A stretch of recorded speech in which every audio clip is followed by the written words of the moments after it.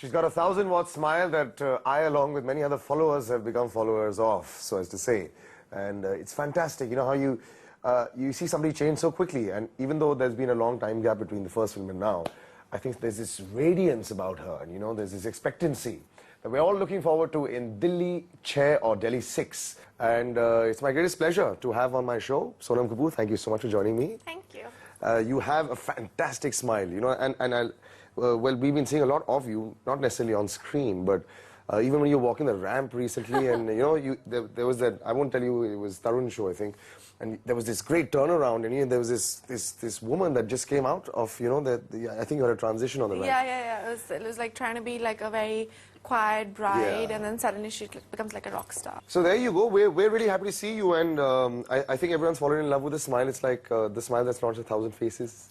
Okay. No, but it's true. It's true, actually, because we have only... We've seen Abhishek, okay? Okay. We would have liked to see so much more of you after Savaria. Okay. And now that we are, the response has been fantastic, I'm presuming, obviously, for the Liche, right? Yes, it has been. The music is doing really well, so that's always a good thing. Which is your favorite track from that? You know, I can't choose, but if I'm like in a really romantic mood, then I listen to Dil Gira or Rehna Tu. I like Rehna Tu, but like Delhi 6 is such an interesting track. It's so cool. That's what I was saying. Like if I'm going to a club or something, then I want to listen to like Delhi Che, or I want to listen to Masakali, because they've been apparently these clubs have been taking the music, the CD, and taking Masakali and remixing it.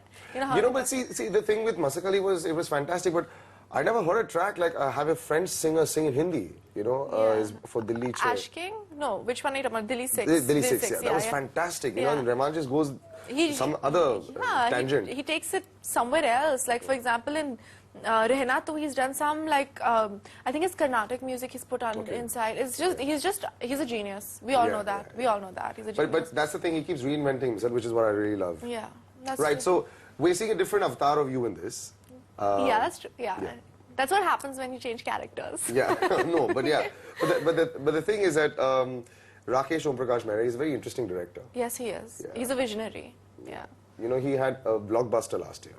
Actually, a couple of years back. Not last year, no. Rang De Basanti was 2 years ago. 3 years ago.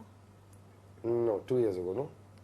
It was before Savaria release. So Savaria released last year, and it was a year and a half before. I hadn't even started shooting for Savaria when Rang De had released. But it was so dramatic. I mean, even that time when he had come up with Rang De Basanti, he had this debacle called Aks before him, and then suddenly you had this mind-blowing film. Yeah. How is he? Is he seems a very interesting and very lost sort of person. I mean, he's not. Is he? Actually, the thing about Mr. Mehra is that he's extremely spaced out. But that doesn't mean that he doesn't know what's happening. He knows he's with it. He's so with it. He knows the pulse of. The good thing about him is he knows the pulse of the young people in our country. Is because everybody who works with him, whether it's his assistants or whether it's anybody, they're all like young kids. And he like interacts with a lot of people. He respects everybody's intelligence. Just because he thinks, just because you're young, he doesn't like disregard what you have to say. And so he understands what young people are trying to say, the voice of the youth, I guess. And so in that sense, he knows what he wants, and he's extremely idealistic. Really? Yeah, extremely idealistic and ethical, which is very difficult to find in our film industry these days. And just for that, he can, I mean, I think it's really important to be a really good person, to be a good artist. And because he's such a good person, I think he's a brilliant artist. Yeah, I think it's a coming of age of filmmakers also, where it does go with what you say, because I think Rang De Basanti was very idealistic as a movie. Yeah. It sort of jagrut kiye the, kuch emotions are there. That was very true. Now, I also want to ask you, obviously, the pertinent question would be, I mean, you must be basking in the glory of your father's success also with Slumdog. And, yeah. I mean, I'm sure you've enjoyed it. It must be fun now to have, well, you know, Anil Ji is one of the greatest actors that we've had in our industry. And he's still going strong. Yeah, that's true. And here you have, you know, the little one who's also doing things. Is he very critical of your work? Is he somebody who advises you a lot? Since you have said you stay in the same house. Yeah, I do. I mean, I stay in the same house at my age. But yeah, I mean, I would be really dumb not to ask his opinion on things, because he's survived in this industry for like 30 years now, which is scary. I mean, it's not many people at the same level from the time they started till now. And that's all because of, I guess, because of hard work and ethics. Like, he's got a really good work ethic, and really, he's extremely ethical as a person as well. He's always on time, he's extremely professional. And I think I've learned that from him. You know, like, to work hard. Was he ever hard on you during the filming of Savaria? Did he ever? Never? My dad, like, the thing with my father is that he's extremely understanding when it comes to us kids. Like, he's not like a pushy father at all. He just wants us to be happy, and at the same time he thinks we're intelligent enough, and he's brought us up well enough to know that we make the right decisions. All he told me was work hard and don't step on anybody else's toes.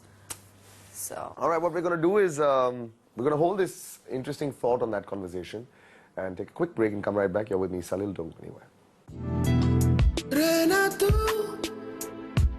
है जैसा तू, थोड़ा सा दर्द तू, थोड़ा सुकून। रहना तू है जैसा तू, धीमा धीमा झोंका या फिर जुनून। थोड़ा सा रेशम तू हमदम, थोड़ा सा खुरदुरा, कभी तो अड़ जाए या लड़ जाए या खुशबू से भरा।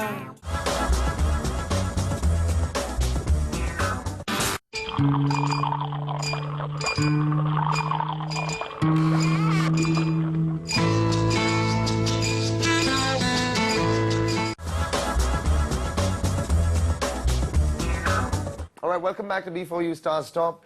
I've got the lovely and gorgeous Sonam Kapoor, who's a lot taller than I actually thought she was, and feeling very short right now. But thanks again for joining me on the show. We're discussing Dilli. I like the way you went a little coy with that. It's fun.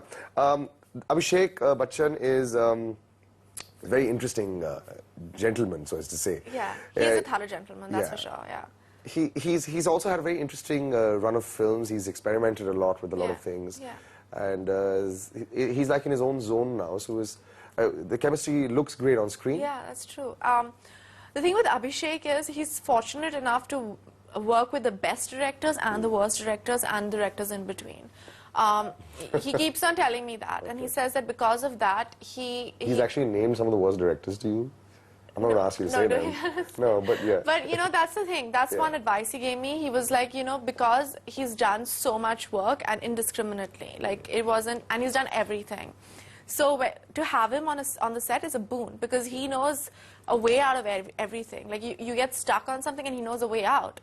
So for a young person who's just doing her second film, and Abhishek is not old at all. He's really young. He's like in his early 30s, and he's like at the peak. True. So for him, he just seems so experienced, but at the same time, he has this boyish, like, really like vulnerable quality to him that you instantly connect to, and I don't feel like an experienced dumb girl in front of him.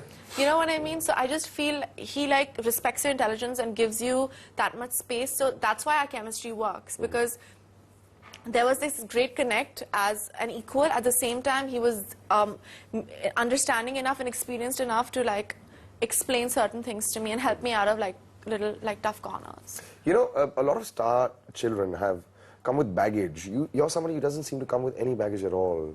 And you know, now that you speak about Abhishek, I mean, you know, he always had the shadow hanging on him. Yeah, but he's Amitabh Bachchan's son. I agree, but that's what I'm saying. But his was like the ultimate shadow. But the point is, like, you know, there was... A 6'3" shadow at that, you know? Yeah, but the thing is, you like this, you know, when we were discussing this, unfortunately my friends and me think we're great film critics. We all tend to discuss a lot of things. There was this breath of fresh air, you know, it was always like, I'm not going to take any names, there were so many actresses that are perfect on screen and all that, and then there was this breath of fresh air that when you came in, it was almost like, you know, you were happy to be in there, but you know, it was all right if 5 people said some things wrong or criticized you and all, and the other 5, if they were okay, you were fine with it. It was like a very different attitude, which is very different interesting to find in our industry right now, especially if you're a star child. Aren't you? You don't seem insecure at all. Okay. Yeah, okay, I guess I'm not insecure at all, that's for sure. But it's not because of anything, it's just because, frankly, my dear, I don't give a damn. That's what I was telling you. See, that's the thing. It's very different, and it's a very rare commodity. It's not